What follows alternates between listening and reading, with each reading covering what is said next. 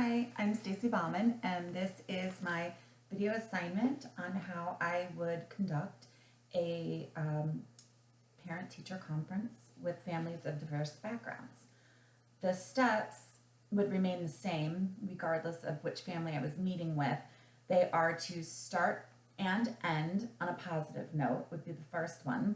So I would welcome the families, both of them, and I would show the parents the welcome placemat that had been made by their child in anticipation of their parents coming to meet with me for the conference. It's a good icebreaker, and it gets the kids excited, and it's something that the parents can take home with them and talk to their child about their meeting with me. In the case of my one family, I would also have and introduce a professional interpreter that has been working with me in the past, so I trust her. I like her delivery. It's warm, it's objective, and she has an education background as well. So she does a really wonderful job of translating me to parents that do not speak English. The second step that will be used with both families is to encourage parents to share info about their child. So I will ask if the student is what the student's favorite activities are at home or play. I would ask questions maybe about their siblings. Do they have chores? Things like that.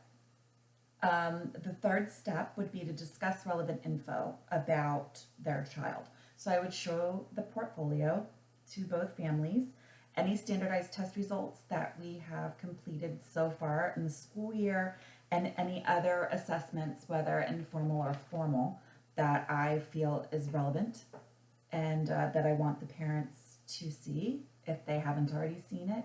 Even if they have already seen it, sometimes having it compiled at the same time as a portfolio, it's a good chance for them to ask more questions. Maybe they've thought of something after the fact, and sometimes seeing assessments and work examples as a whole all at the same time hit differently, whether it be for good or for concern. So I would also encourage the parents to ask any questions at that time. The next step would be to discuss the child's needs or any issues that they're having with progress, and I would stay objective. I would also, invite the parents. I would ask them, how can we work together to improve their child's progress and to help their child succeed? Perhaps even make a plan and schedule a future meeting so that we can follow up on that. And then, of course, end on a positive note. So I would focus on the child's positive attributes and thank the parents for coming, reminding them that it's very important that we have a good, positive teacher-parent-school relationship, and that always is an important communication to have in order for their child to be successful in school, and that I'm always available if they have questions or concerns. So having said that, my two different families. My one family is from El Salvador. They have only been here for 6 months. They have one daughter, and this is her first year in an American school. Let's see. They live with another family that they're related to. They are low socioeconomic status. Both parents work, and they do not speak English. The student is learning English. However, like I said, I will have my trusty, professional, educationally backgrounded interpreter there because unfortunately I only speak very little Spanish, and so I will need her help. This child is happy. She's making friends. I know the parents were concerned about that. Her English language learning skills are coming along nicely.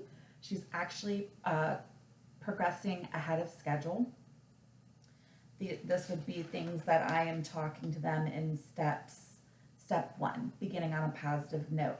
I would ask the parents questions about their daughter. What does she like to do at home? What are her favorite activities? Does she play any sports? Does she play an instrument? Things like that. Um, I would then discuss her progress. I would show her portfolio and test results, and I would encourage questions.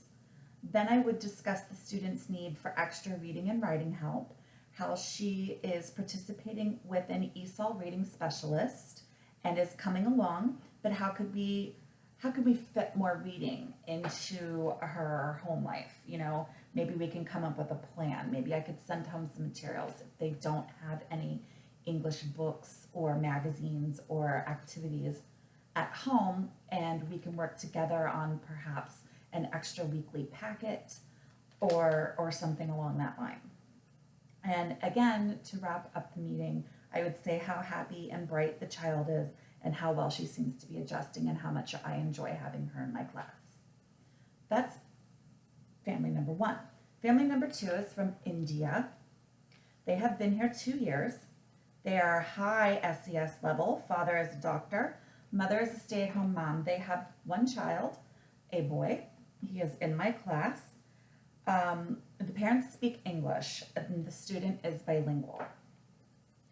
So having done a little research on this family and having spoken to previous teachers of this child, I have learned that because of the cultural background being Southeast Asia, that it's very patriarchal and the father is the leader of the family and sort of takes a front first approach to the family, and the mother is included, but sort of a little behind the father. So knowing that going in, I'm going to tread carefully so as not to be seen as being disrespectful.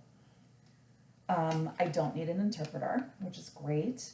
The father is stern and speaks for the mother, like I said. So how I'm going to go about this a little bit differently than my family from El Salvador is that I am going to address both parents, but I am going to make eye contact always first with the father, including the mother in the eye contact, but only after I have spent a few beats, perhaps a couple of sentences, first making contact only with the father in order to show cultural respect. I will begin on a high note. The son is popular with peers and at the top of his class for math and reading. He is well behaved and follows directions. I will ask the parent what the child's favorite activities are. Does he play team sports? He talks about soccer a lot. Does he read for fun? If so, what does he read at home? Because he must be reading at home because his reading level is so impressive here in second grade. I would show the child's portfolio and test scores. I would ask the parents, again, the father first, if there are any questions. I would discuss the child's issue then with writing.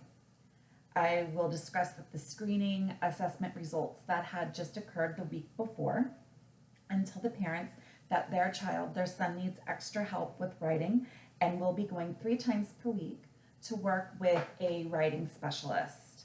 And then, of course, I will answer and encourage any questions that they have about that or concerns. Again, father first. I will discuss with them, ask how we can work together and plan to improve the student's progress on writing. Again, I can send home additional activities that can be completed.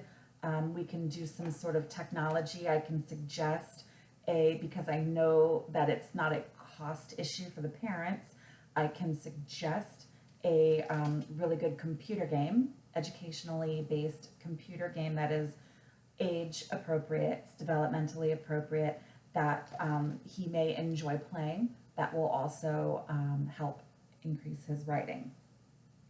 And then again, of course, I will end on a positive note saying how much I enjoy having their son in my class, how well he is doing, how well behaved he is, and that I look forward to us speaking again and working together. How important it is for us to have good communication and that I'm always available either by email or phone for any concerns or questions. And that's how I would conduct that. in order to be culturally respectful. So thanks. Hope you liked it. And I'll see you. No, actually, I won't see anyone because we're at the end of the semester. So good luck, everyone, and have a nice summer.